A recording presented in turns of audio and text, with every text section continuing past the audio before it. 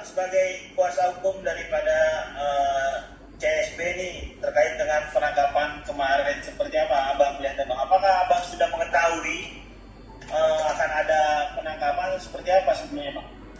Jadi terkait kejadian ataupun kembalinya Stefanus Budianto, itu klien kami di Bandara Soekarno-Hatta, pada kesempatan ini saya sangat-sangat keberatan.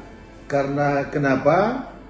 Di dalam hal penjemputan itu pihak keamanan tidak menjamin daripada keamanan klien kami pada saat adanya penjemputan di bandara, pada saat klien kita tiba di Soekarno-Hatta.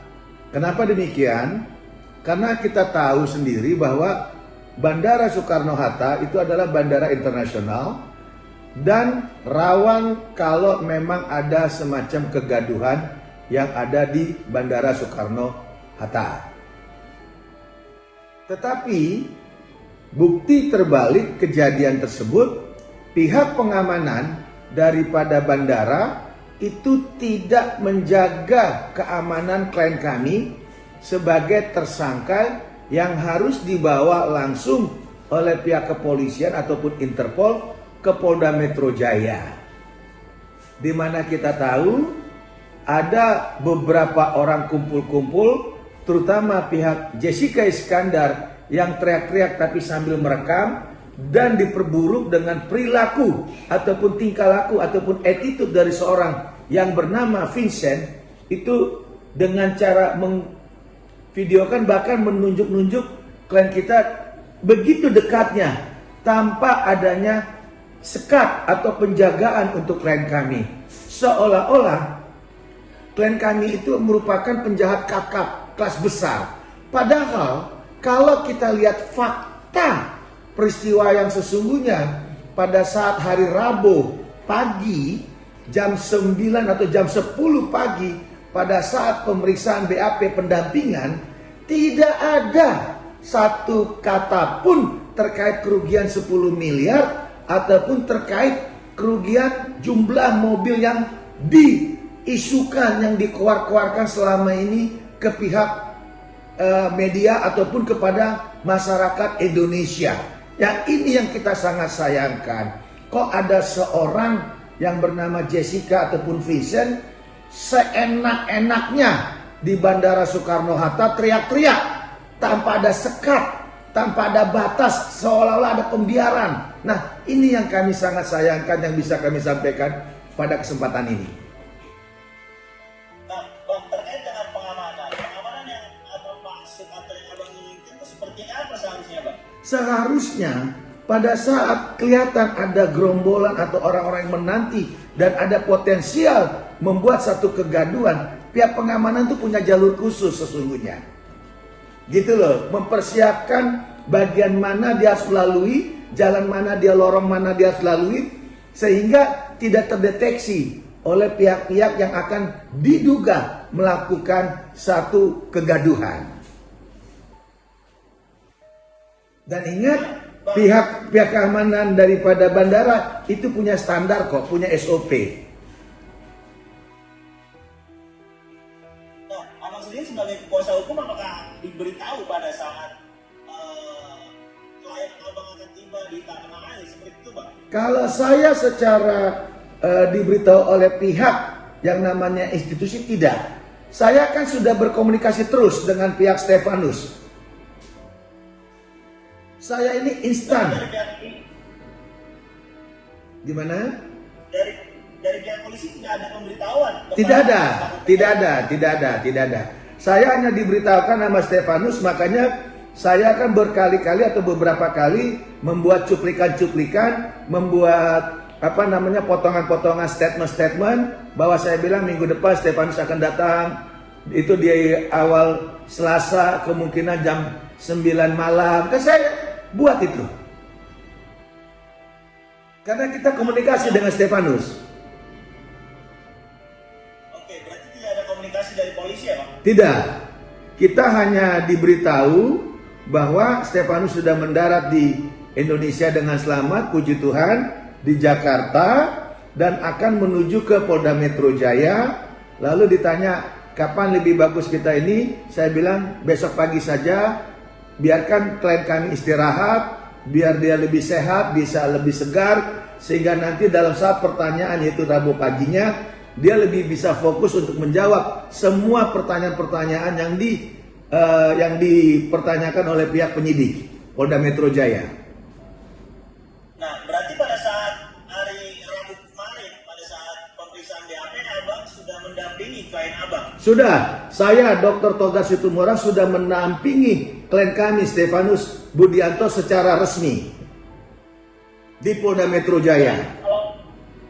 Kalau tidak salah tadi Abang mengatakan di BAP tidak ada permasalahan soal 10 miliar yang dituduhkan oleh... Tidak ada sama sekali BAP pertanyaan itu. Tidak ada BAP ditanyakan tentang adanya jenis-jenis mobil yang disebutkan yang fantastis, tidak ada. Yang dibicarakan seperti pada saat status Stefanus ditetapkan sebagai tersangka. Tersangka apa? Tersangka mobil Alphard yang ada tulisan, kalau dibaca pakai nopol itu jedar. Hanya satu mobil Alphard. Bisa diulang Bang? Jadi pada saat di BAP tidak ada ditanyakan terkait kemana 10 mobil, tidak ada.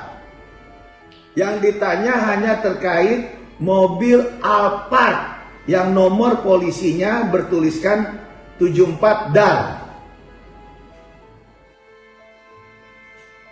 Nah, oke Bang, kalau tidak ada terkait dengan 10 mobil dan uang dugaan 10 miliar, yang jadi pertanyaan adalah kenapa klien Abang tidak pernah kooperatif pada saat pemeriksaan, tidak pernah hadir, bahkan kabur sampai ke luar negeri. Seperti apa pembelaannya Bang? Tolong pertanyaan itu ditarik karena klien kami tidak ada kabur dan tidak pernah kooperatif. Pertama, laporan itu kapan dilakukan? Itu laporan dilakukan kira-kira bulan apa itu? Posisi klien kami sudah ada di luar negeri. Itu mesti ditarik. Kedua, klien kami tidak kabur. Kalau kabur itu dari Indonesia keluar, itu kabur. Itu kabur. Klien kami tidak pernah kabur. Klien kami sudah ada di luar negeri. Kenapa di luar negeri? Dia kerja. Kerja apa dia? Dia kerja untuk event organizer. Gitu loh. Jadi jangan jangan dibias-biasin, jangan dibuat heboh, jangan dibuat seolah-olah ini perbuatan kriminal yang berat atau yang besar. Nggak ada itu. Ini masalah kecil. Masalah kecil, hanya menyangkut korbannya seorang Jessica Iskandar. Hanya itu aja. Tapi kalau kita bicara fakta, saya pengennya nanti di persidangan kita buka apa BAP daripada pihak polisi gitu loh. Sesuai nggak dengan laporan Jessica yang pada saat itu didampingi atas nama pelapor Setio gitu loh.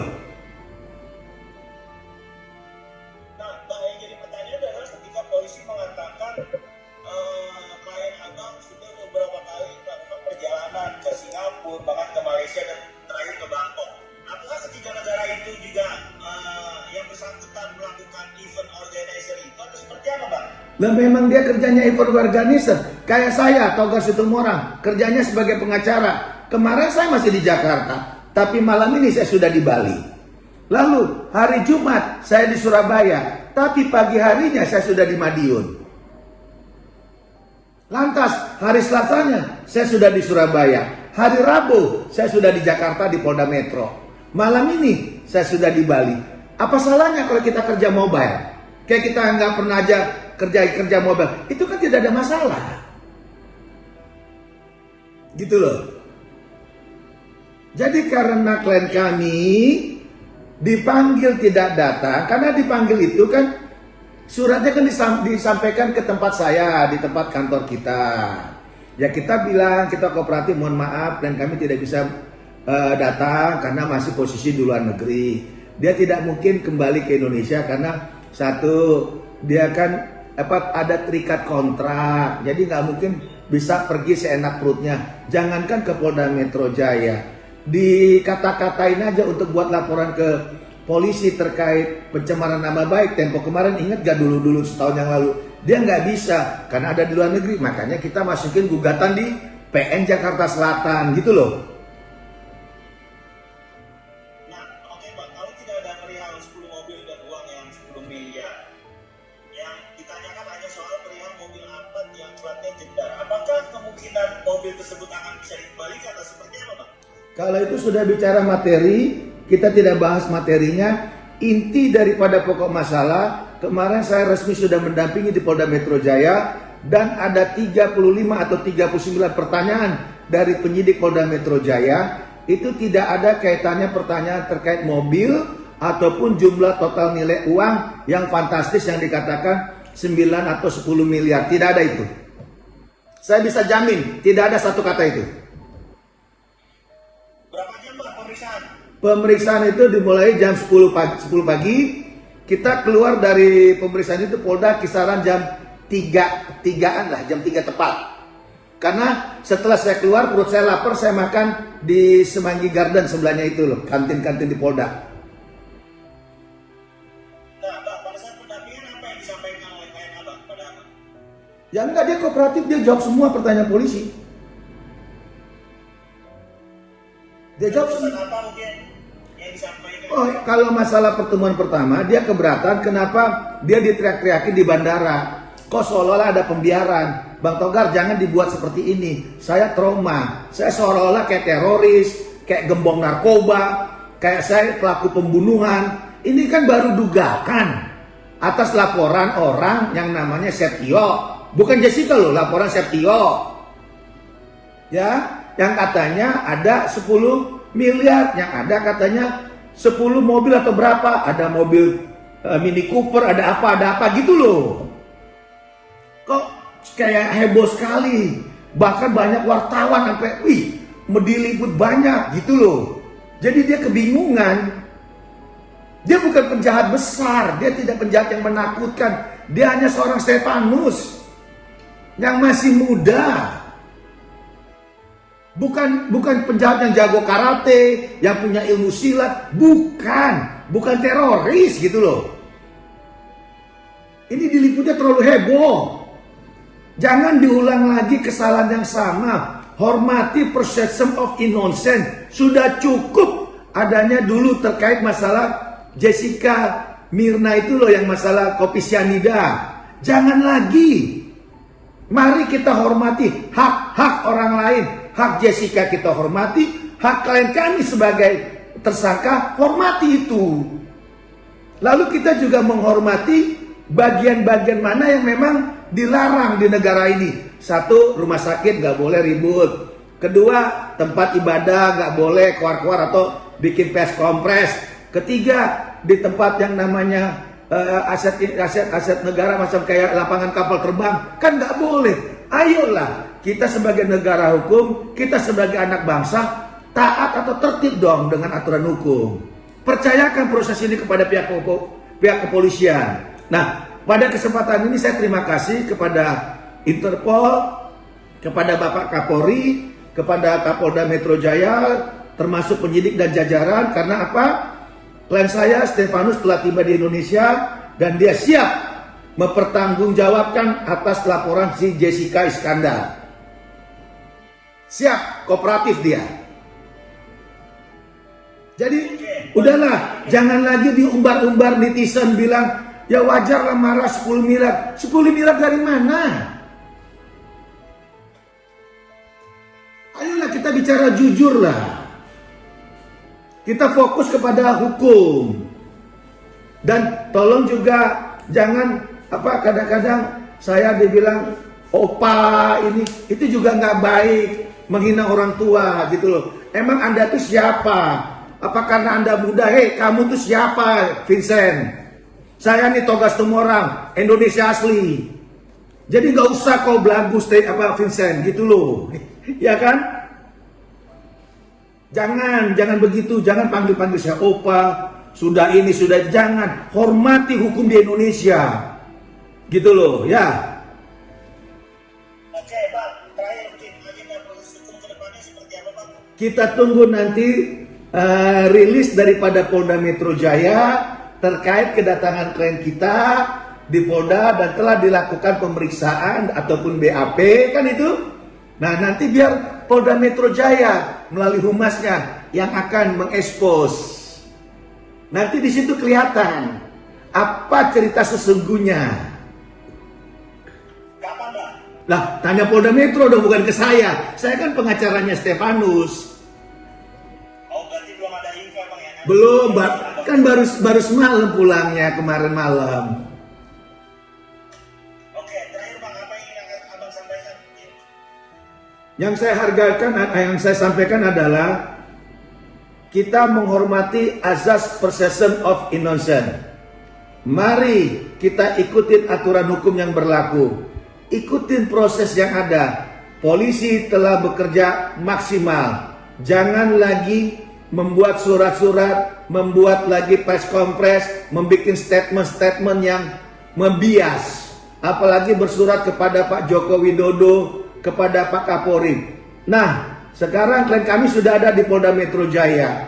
Ayo kita ikutin proses. Dan jangan lagi minta-minta uang dikembalikan. Gimana dong? Sudah dilaporkan ke polisi, sudah ditahan, sudah dipenjara.